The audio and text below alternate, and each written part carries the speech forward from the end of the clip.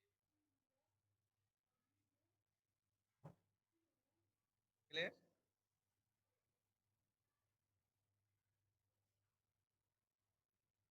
Okay, thank you very much, Shahrukh. Now have a look over 2019 paper of gender studies.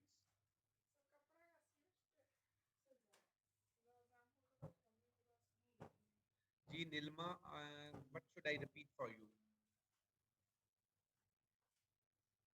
Haris quite difficult paper 2020. Haris बिल्कुल भी 2020 का paper discuss difficult नहीं है. अब क्योंकि हारिस ने ये कहा है कि ये डिफिकल्ट है, now I am going to discuss right now. ठीक है, कि हम इसको ये असेस कर लेते हैं कि किस हद तक ये मुश्किल पेपर है. ठीक है, चले मैं 2020 का डिस्कस कर लेता हूँ. 2020 में क्वेश्चन आया था कि gender has a multiple meaning. How do you deconstruct the word gender? Okay, when you say gender has multiple meanings, what do you mean by gender has multiple meanings? For example, you say when you're talking of male, what role comes to you? Male would be active, male would be independent, male would be assertive.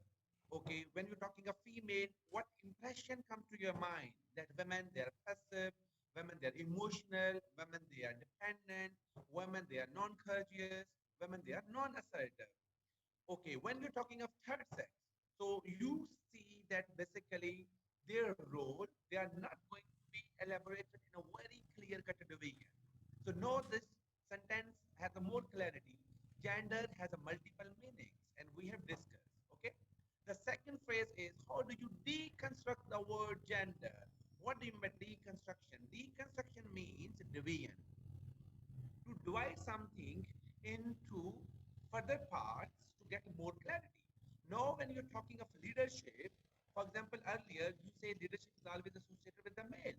Now, if you say that a female is going to lead the situation, do you think that it is a very shocking news to you? It doesn't make any sense because you think now in today's society, yes, it's quite possible that if a female can also exhibit leadership skill.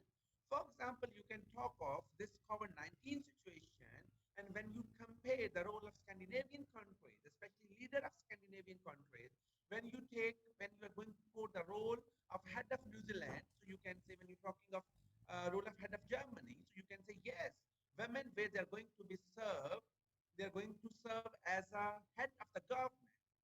Still, they can lead the situation and they can take very difficult decision as well.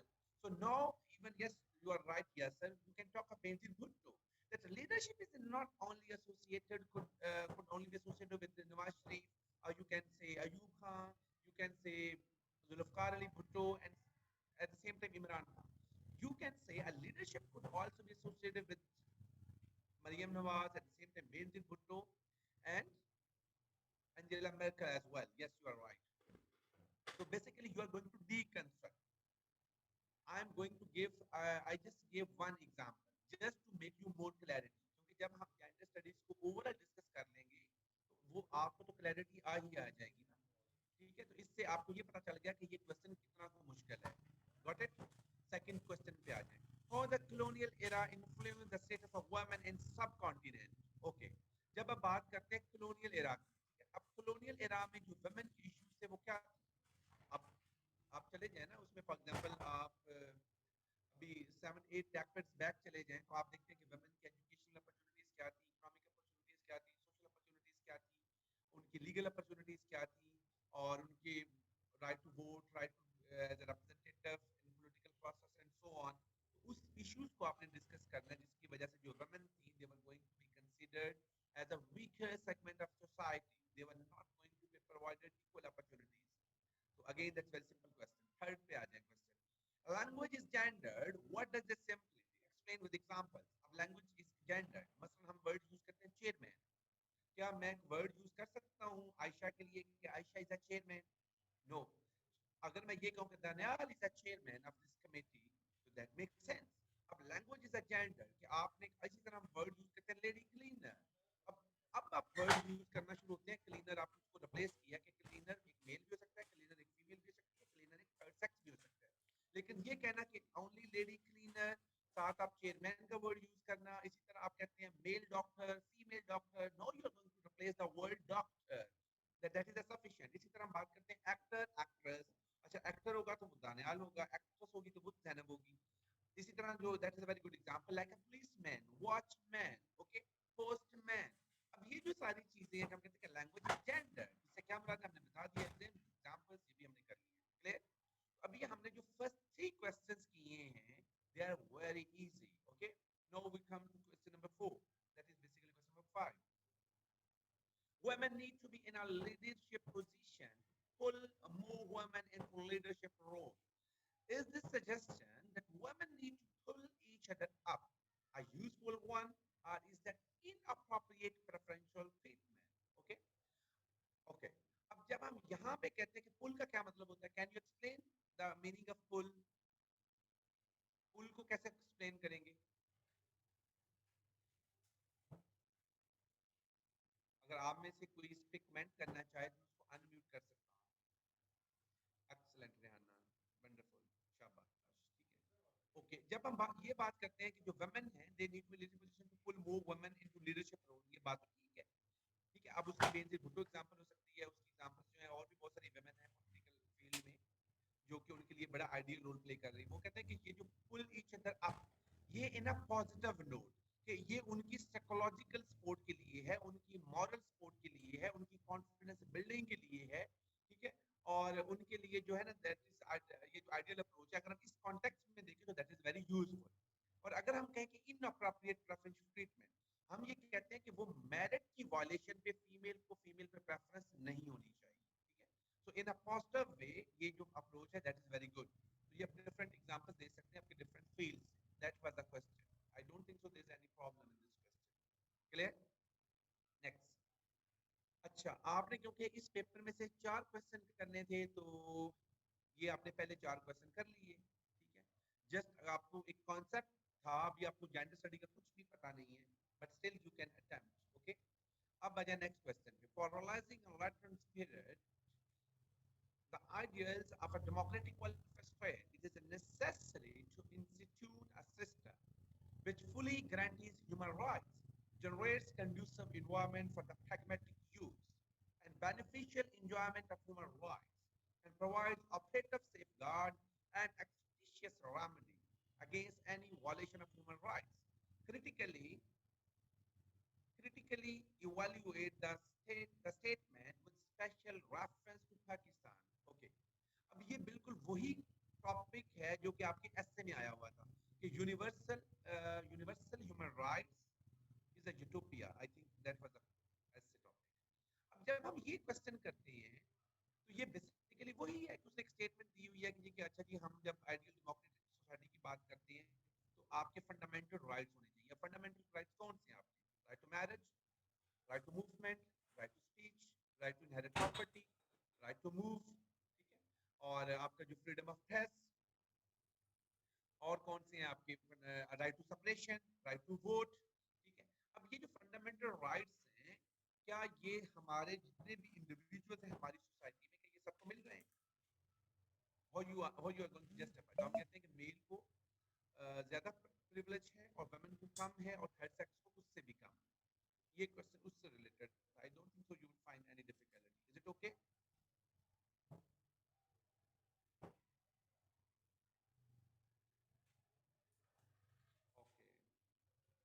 Next. Comment on the power and control relationship in gender based violence. अगर हम इस question की बात करें तो आप कौन कौन सा वायलेंस होता है? हम कहते हैं सेक्सुअल वायलेंस है, फिजिकल वायलेंस है, इकोनॉमिक वायलेंस है, साइकोलॉजिकल वायलेंस है। ये चार आपके मेन टाइप्स हैं वायलेंस। अब अगर हम देखें फिजिकल वायलेंस, तो फिजिकल वायलेंस कौन ज्यादा करता है? मेल, फीमेल या थर्ड सेक्स? मेल। अगर हम इकोनॉमिक वायलेंस की बात करें तो इकोनॉमिक वायलेंस कौन ज्यादा करता है, मेल या फीमेल? अगर हम साइकोलॉजिकल वायलेंस की बात करें तो कौन ज्यादा करता है, मेल या फीमेल? चले, मेजॉरिटी मेल। अगर हम इसी तरह सेक्सुअल वायलेंस की बात करें तो सेक्सुअल वायलेंस कौन कमिट करता है, मेल या female? Male. So that is a power and control relationship कि हमारी जो सोसाइटी है that is a patriarchal, हमारी जो सोसाइटी है that is a more male dominant society, और उसमें जो पावर है they are going to be associated with the male, जिसकी वजह से उसका जो विक्टिम है वो ज्यादा दूसरा सेक्स जो वीकर सेक्स है वो उसको फेस करता है। तो ये तो खैर हम उसके पूरे पूरे चैप्टर हैं जो कि हम पढ़ेंगे। जस्ट अभी for sake of your understanding मैं आपको एक बेसिक जो उसका स्पिरिट है, उसका जो उसकी जो ट्रू एसेंस है वो आपके साथ शेयर कर रहा हूँ। कि आपने कहा ना ये पेपर बहुत मुश्किल आया हुआ था 2020 का, इसलिए मैंने आपसे शेयर किया है। लास्ट पे आ जाए, discuss the background of the two Oscar winning documentaries by Sharmeen Obaid Chinoy. Okay, तो उसकी दो डॉक्यूमेंट्रीज थी, सेविंग फेस और गर्ल इन द रिवर। अब जो सेविंग फेस थी उसमें ये जो होता है ना कि हमारी सोसाइटी में लड़कियों के चेहरे पे जो एसिड है वो थ्रो किया जाता है और उनको डिसफिगर किया जाता है, ठीक है। ये उस पे उससे रिलेटेड थी। वैसे बाय द वे हमारी सोसाइटी में लड़के के चेहरे पे तेजाब क्यों फेंका जाता है? Can anyone comment? Any volunteer here? So I am going to unmute that candidate.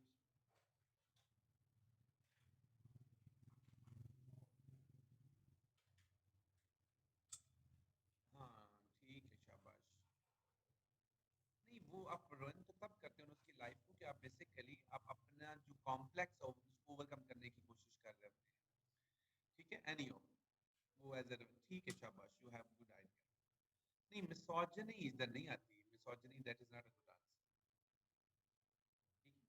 वो हेट नहीं उसका पर्पस होता, वो एक आप होता है जी किसी ने मुझे रिजेक्ट क्यों कर दिया है। कि फॉर एग्जांपल हम कहते हैं कि ये जो चले आपको पता ही है, इट्स ओके। और दूसरी जो उसकी डॉक्यूमेंट्री थी वो थी अ गर्ल इन द रिवर। तो ये बताया कि हमारी सोसाइटी में एक लड़की को दरिया में क्यों फेंका जाता है, या उस लड़की को कनाल में क्यों फेंका जाता है,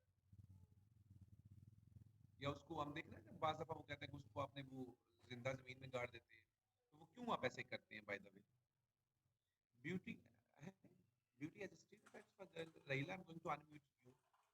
रहीला, व्हाट डज इट मीन? जी रहीला। सर वो आवाज आ रही है? जी जी, आ रही है। जी सर, वो ये कहते हैं ना कि ब्यूटी होती है वो सिर्फ गर्ल्स रिलेटेड होती है, जैसे बॉयज को अगर हम बोलते हैं ब्यूटीफुल बॉय तो वो ज़रा चिढ़ जाते हैं, वैसे जैसे वो रियून करने के लिए उसको एसिड उसके फेस पे फेंकते हैं, ऐसे बोला था। ये क्या आपने एग्जांपल दी है? नहीं, अगर हम आपको कह सकते हैं कि रहीला is very handsome.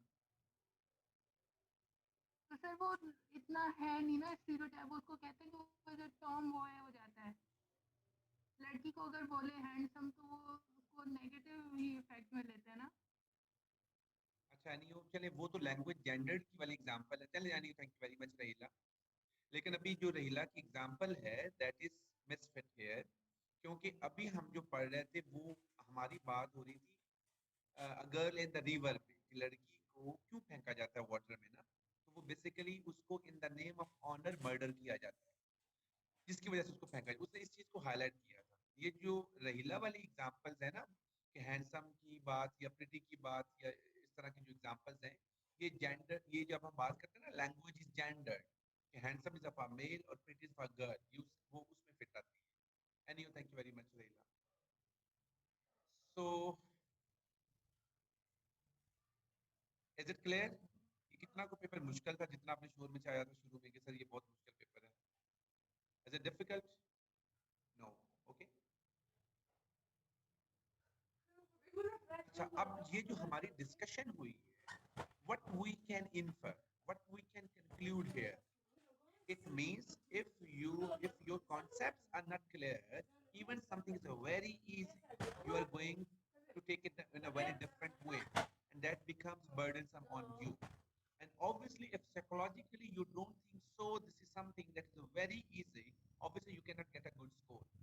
The first principle is that at least you need to make your exerts in right direction, and you need to prepare your subject. Automatically you can handle such questions and you will get good score. और अगर आपके concepts clear है तो वो subject भी कभी target नहीं होगा। जब आपके सब्जेक्ट्स ही आपके सॉरी जब आपके कॉन्सेप्ट्स ही क्लियर नहीं है तो ऑटोमेटिकली आपको ये लगेगा जी कि ये सब्जेक्ट टारगेट हो गया, वो सब्जेक्ट टारगेट हो गया, और आप इस तरह की जो कॉन्स्पायरेसी थ्योरी है उसमें अपना टाइम वेस्ट करते रहेंगे। अच्छा मंसूर सर, यहाँ आसान लगता है एग्जाम्पल, हाल में जब प्रेशर सर पे होता है तो इजी पेपर भी टफ बन जाता है। चलें मंसूर साहब, आपने you are going to decide the fate of this country, you are going to become part of policy making process। जब आप एक क्वेश्चन को हैंडल नहीं कर सकते तो आप पूरे मुल्क की पॉलिसी को किस तरह से बनाएंगे? तो ये that is the litmus test for you to explore your latent potential. ठीक है, तो इसमें कोई परेशानी वाली बात नहीं है। जो लोग कहते हैं कि लोगों की परेशानी है ना वो कॉन्सेप्ट लिखते हैं, और आपका एक that is a competitive exam. जब कम्पिटिटिव एग्जाम है तो आपके लिए इक्वल अपॉर्चुनिटीज होती हैं। तो बेसिकली सीएसएस एग्जाम जो that is exam of your nerves, कि आप उसको किस तरह से हैंडल करते हैं। चले यानी clear. Sorry didn't understand a girl in the river अनीस। ये बेसिकली ऑस्कर विनिंग उसकी जो डॉक्यूमेंट्री थी ना, शर्मीन बैचना की, ये केस स्टडी हम पढ़ेंगे। उसमें उसने इस चीज को हाईलाइट किया था कि हमेशा लड़की को ऑनर के नाम पे मार दिया जाता है, फिर उसकी लाश को दरिया में फेंक दिया जाता है कि वो सबूत ही खत्म कर दिया जाए ना, एविडेंस ही खत्म किया जाए। उन्होंने इस चीज को हाईलाइट किया था कि फीमेल का भी राइट टू लिव है, और इस तरह किसी की लाइफ को डिप्राइव करना through extra judicial means, this is a wrong. आप किसी की लाइफ से डिप्राइव किसी को करना चाहते हैं तो आप अंडर द लॉ कर सकते हैं ना, आप अबव द लॉ तो नहीं कर सकते। इस जुर्म को उन्होंने हाईलाइट किया था। सायरा, जो आपका क्वेश्चन है ना बनी का, बनी इज एंटायरली डिफरेंट। बनी की जो टर्म है, can anybody tell what is bunny before I am going to explain this term? Any volunteer here to explain the term of bunny? Do you have any volunteer? Okay, Jam साहब, चलिए जाम साहब। जी जाम साहब, आपका नाम बड़ा interesting है जाम। जी जाम, question तो आपका बड़ा दिक्कत होगा।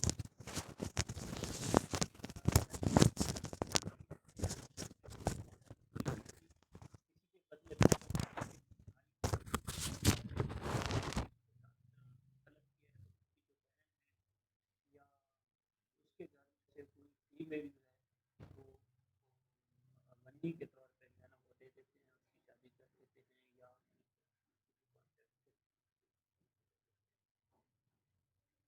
चलें जाम साहब, बड़ा मुश्किल ही बोल रहे हैं आप, लगता है बैटरी डाउन है अभी इस वक्त। And you thank you very much for your participation, I appreciate.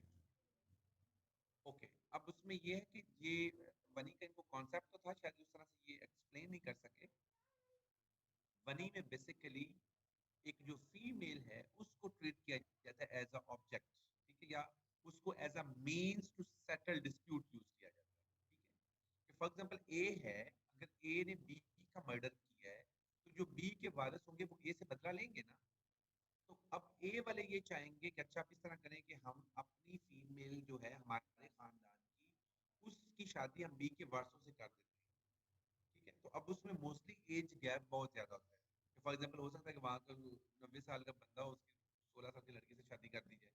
उसका जो एक पर्पस होता है वो बेसिकली सेटलमेंट ऑफ डिस्प्यूट होता है, और फीमेल उसमें ट्रीट यूज होती है, फीमेल उसमें यूज हो रही होती है as a means to settle their rivalries. तो इसलिए that is a violence. Zahoor, अच्छा Zahoor sahab, Zahoor Alam sir, what will you say about punishment of both genders? क्या मतलब Zahoor sahab, what do you mean by punishment in both genders? अरे जहूर साहब, मैं आपको भी अनम्यूट कर रहा हूँ।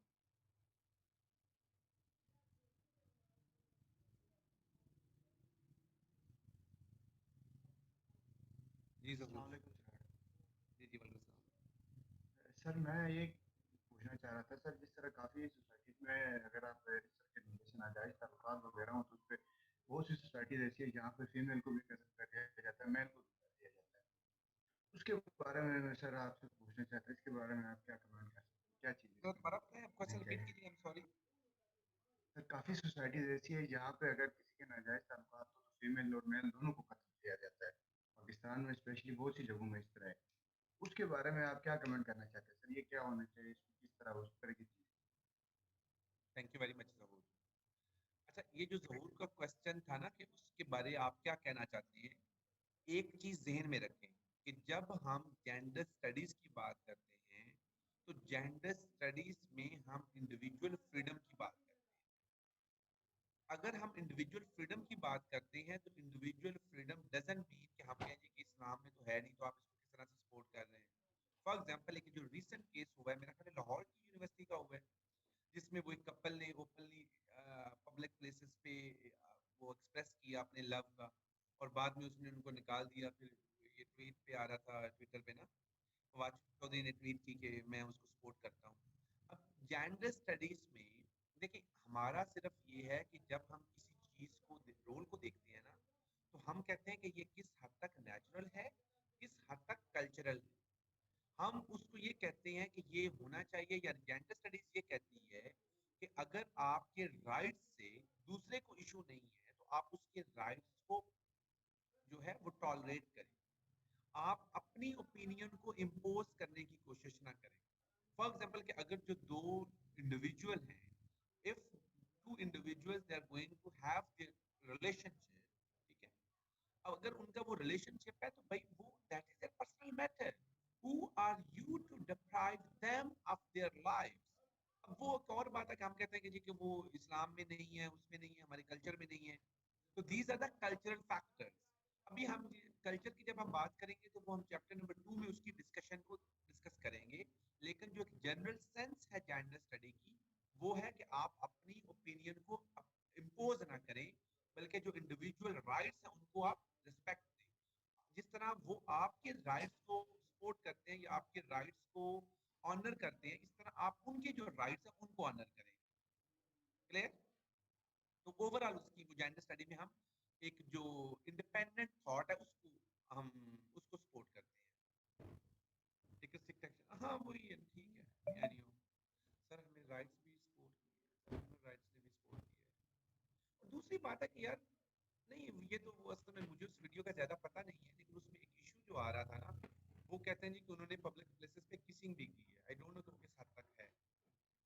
अगर इजहार करने की हद तक हो तो वो तो चलो ठीक है, ऑब्वियसली, क्योंकि उसमें पब्लिक प्लेसेस पे इस तरह वो अलाउ नहीं है ना हमारी सोसाइटी में। अच्छा, अगर हक किया तो फिर तो मेरा ख्याल इतना मसला नहीं होना चाहिए। अब हक तो हर जगह बंदा कर, ऑब्वियसली लोग कर रहे होते हैं। चले यानी हो sir, answering them, do we have to be neutral in terms of answering both genders related questions, and can we support opposite gender following facts? जी, ये शुरू में मेरा ख्याल है ये किसका क्वेश्चन था, जब मैंने उसको ये कहा था कि आप मुझे प्रैक्टिकल एग्जांपल्स दें, लेकिन वो प्रैक्टिकल एग्जांपल्स नहीं दे पाए।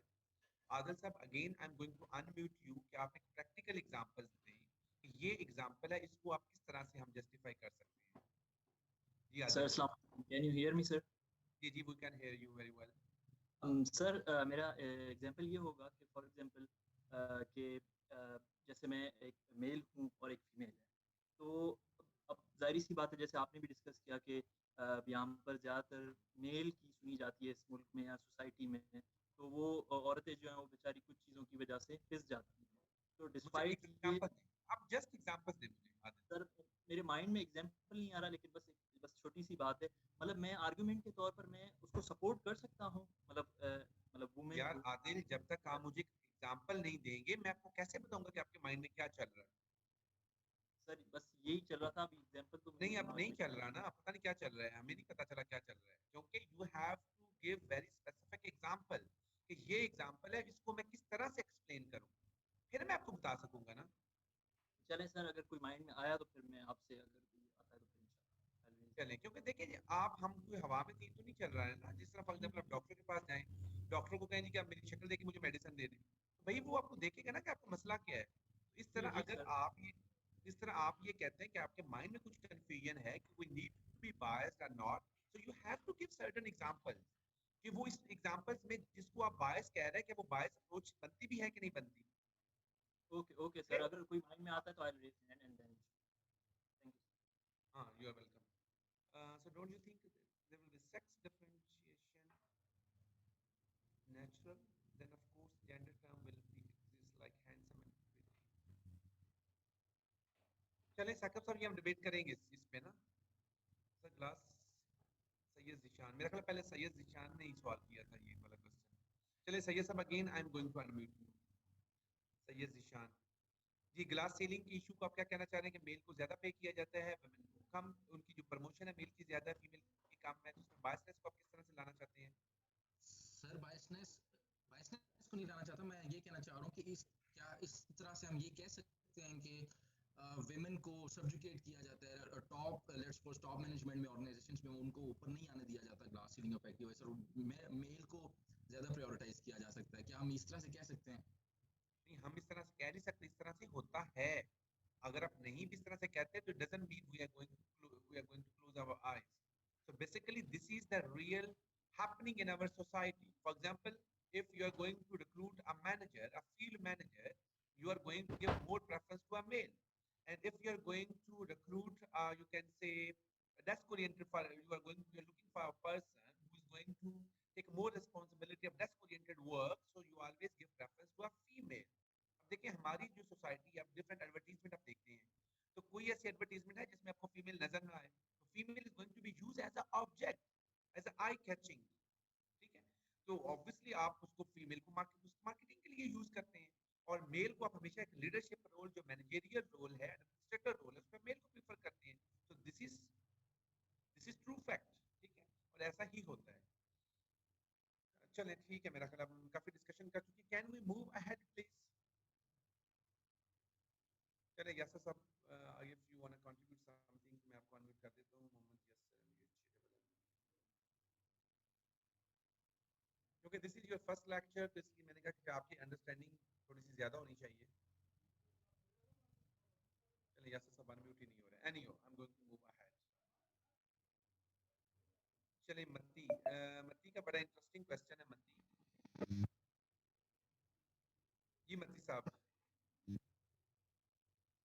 सर मेरा क्वेश्चन ये है कि जिस तरह से एट एक्सट्रीम वुमेन मार्च में एक औरत को एज अ ऑब्जेक्ट ही इस्तेमाल किया जाता है, लाइक किसी एक प्रोपेगेंडा का शिकार है। क्या मतलब? इन सेंस सर कि अगर हम इसकी बात करें तो इसके दो अपोजिट एक्सट्रीम्स हैं, तो दोनों एक्सट्रीम्स बुरे हैं। मतलब इन सेंस कि अगर हम वुमेन मार्च की बात करते हैं तो इसके इम्पैक्ट्स एक सोसाइटी के ऊपर, किसी भी सोसाइटी के ऊपर, इधर इट इज़ वेस्टर्न सोसाइटी और पाकिस्तानी सोसाइटी, तो इसके बड़े ये मतलब यह है कि बहुत ही बुरे किस्म के इम्पैक्ट्स होते हैं, लाइक फैमिली सिस्टम डिटेरियोरेट होता है, और लोगों के राइट्स जो हैं वो बहुत ज़्यादा मतलब ये डिटेरियोरेट होते हैं इसकी वजह से। तो बहरहाल अगर हम मीन की बात करें, एक मीन वे की बात करें, तो मतलब इन सेंस के एक प्रॉपर डिफरेंट तरीक़ाकार से हर कम्युनिटी के लिए, मतलब एक डिफरेंट तरीक़ाकार से उसको मतलब ये है कि इस तरह की चीज़ें या राइट्स को इन्हांस करने के लिए एक डिफरेंट मतलब कि वे इस्तेमाल करना चाहिए। Did you get my point sir? आपका बड़ा कॉम्प्लेक्स पॉइंट था, लेकिन मुझे समझ आ गई है। थैंक यू वेरी मच मती साहब। अच्छा, अब मैं मती साहब पे कमेंट करना चाहूँगा जस्ट फॉर फ्यू सेकंड्स, ठीक है, उसके बाद we are going to start our lecture.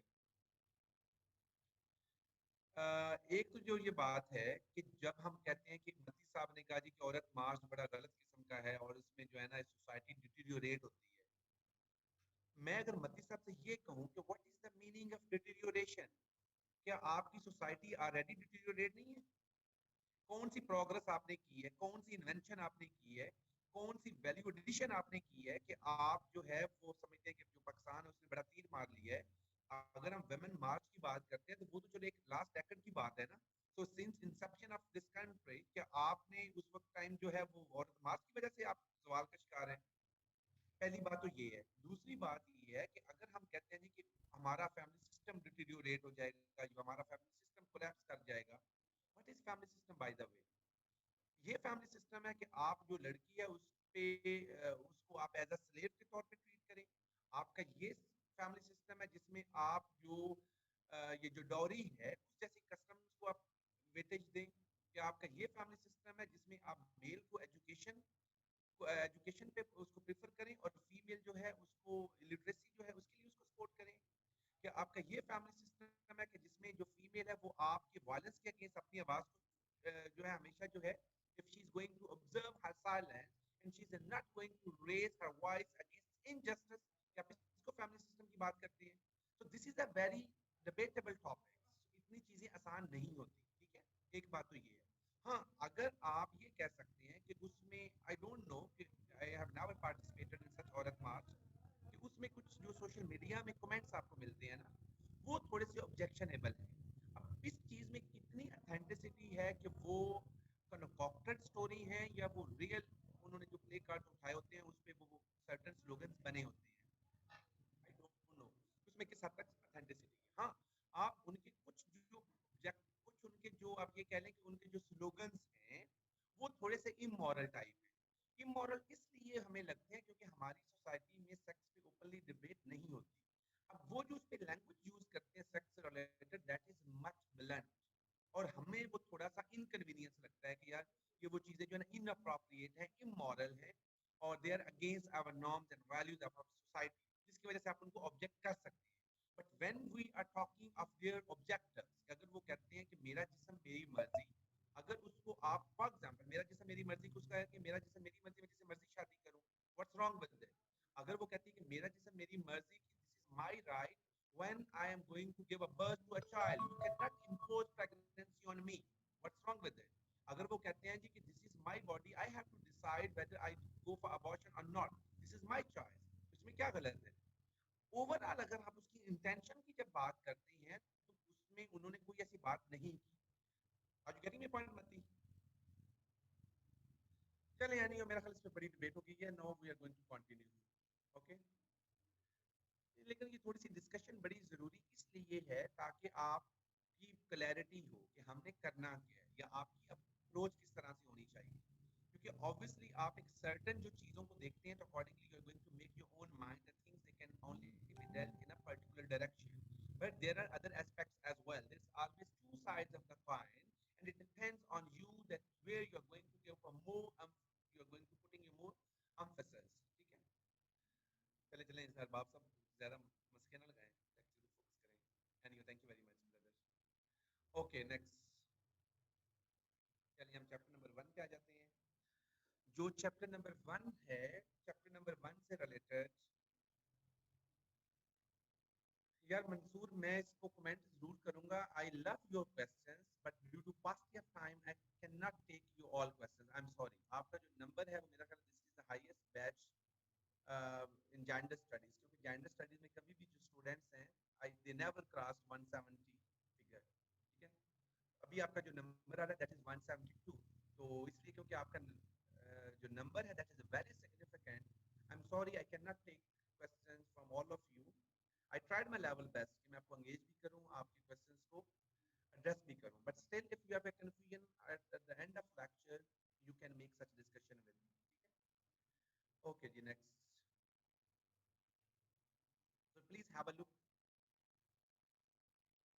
at this slide, किसमें से 2016 में, 17 में, 18 में, 19 में, 20 में, 21 में किस किस तरह से क्वेश्चन आए होंगे।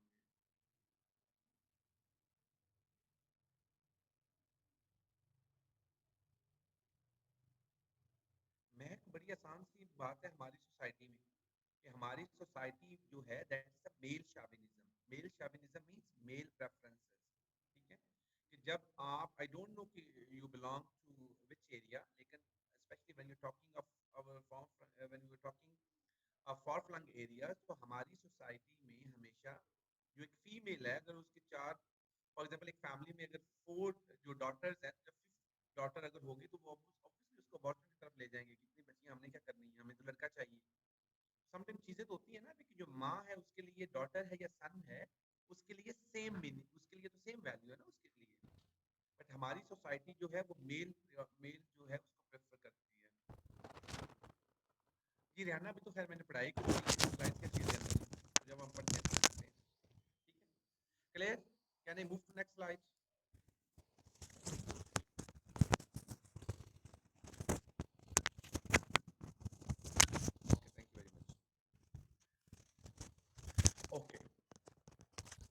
स्टार्ट करते हैं इंट्रोडक्शन टू जेंडर स्टडीज। जब हम इंट्रोडक्शन की बात करते हैं तो basically gender studies is combination of two words, gender and study. What is the meaning of gender? So when you're talking of gender, gender is basically a role, ठीक है? A role of a male, role of a female and role of a transgender, ठीक है? और उनके roles की study को हम gender studies कहते हैं। That is the literal meaning of gender study.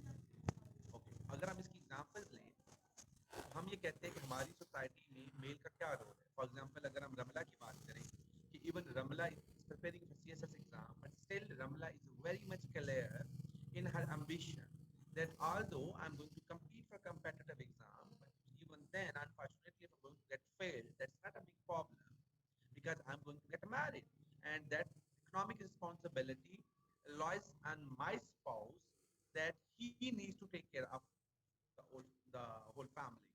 Okay, a female की क्या responsibility है? Ramla has also much certainty that being a female, obviously I need to take care of home-oriented works, okay, and I need to take more interest in domestic affairs. Okay, अब third transgender के क्या role है? उनकी clarity है कि जी कि हमने we have to go to road for packing and this is the only way through which they are going to meet their lifestyle, they are going to manage their lifestyle and so on. Sir child gender है या नहीं? भाई child जो है, बच्चा भी तो एक मेल होगा ना, एक फीमेल होगा, थर्ड सेक्स होगा। फॉर एग्जांपल हम कहते हैं कि जो बच्चा है, जब भी एक बच्चा पैदा होता है तो सबसे पहले आप क्या काम करते हैं? First of all you are going to assign identity, कि उस बच्चे का नाम आपने उमर रखना है या उस बच्चे का नाम, उस यानी कि बेबी का नाम आपने उमर रखना है या आपने उसका नाम उमेरा रखना है। अब अगर आप उसका नाम उमर रख रहे हैं तो आप उसके लिए जो क्लोथिंग है वो डिफरेंट हो जाएंगे, ठीक है? उसके जो टॉयज हैं वो डिफरेंट हो जाएंगे। अगर उस वो उमेरा है तो उमेरा का जो उसके जो इंग्लिश उर्दू के डिफरेंट हो जाएंगे। हम कहते हैं कुर्ता हम लड़की के लिए वो करते हैं। फिर हम उसकी बात करें तो जिसका कलर है, स्कीम ऑफ कलर है रूम की, उसके ओवरऑल जो करें तो हम पिंक कलर मोस्टली हम वेमेन के साथ यूज करते हैं, पिंक और ब्लू कलर हम मेल के साथ यूज करते हैं। फिर अगर हम टॉयज की बात करें तो ये जो डॉल्स हैं, ठीक है, ये हम गर्ल्स के साथ एसोसिएट करते हैं। तो obviously depending on your identity you are going to have different roles, you are going to have access to different opportunities. So that is gender, that is a role. Is it clear, Umar? यार ये sorry, ये मरवान आपका जो question है, what is difference between sex and gender, मुझे थोड़ा सा introduction करवानी थी। इंट्रोडक्शन के बाद हम यही करेंगे, what is the difference between sex and gender. Okay, so जब हम जेंडर स्टडीज की बात करते हैं तो जेंडर स्टडीज में हम इंडिविजुअल के रोल्स को स्टडी करते हैं। और जब हम इंडिविजुअल्स के रोल की बात करते हैं तो individuals could be a male, individual could be a female and individual could be a third sex as well. That is the gender studies, ठीक है?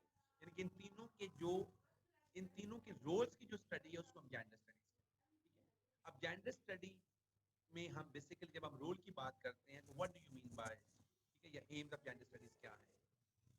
सो बेसिकली जब आप कहते हैं कि are you man, are you a man और woman, आप किस तरह से चीजों को आइडियलाइज करते हैं कि ये ट्रू मेल है और ये ट्रू फीमेल है? Can you give me any answer?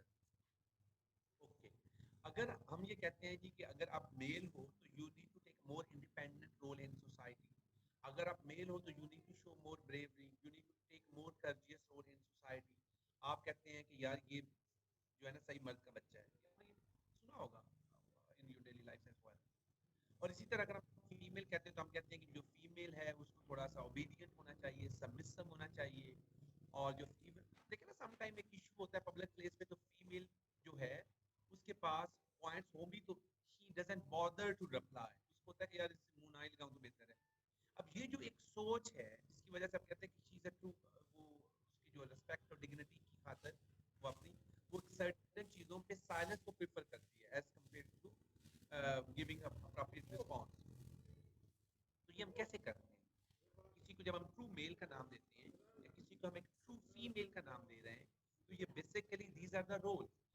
जब एक इंडिविजुअल एक सर्टेन ट्रेट्स को फॉलो करता है तो हम उसको मेल का नाम देते हैं।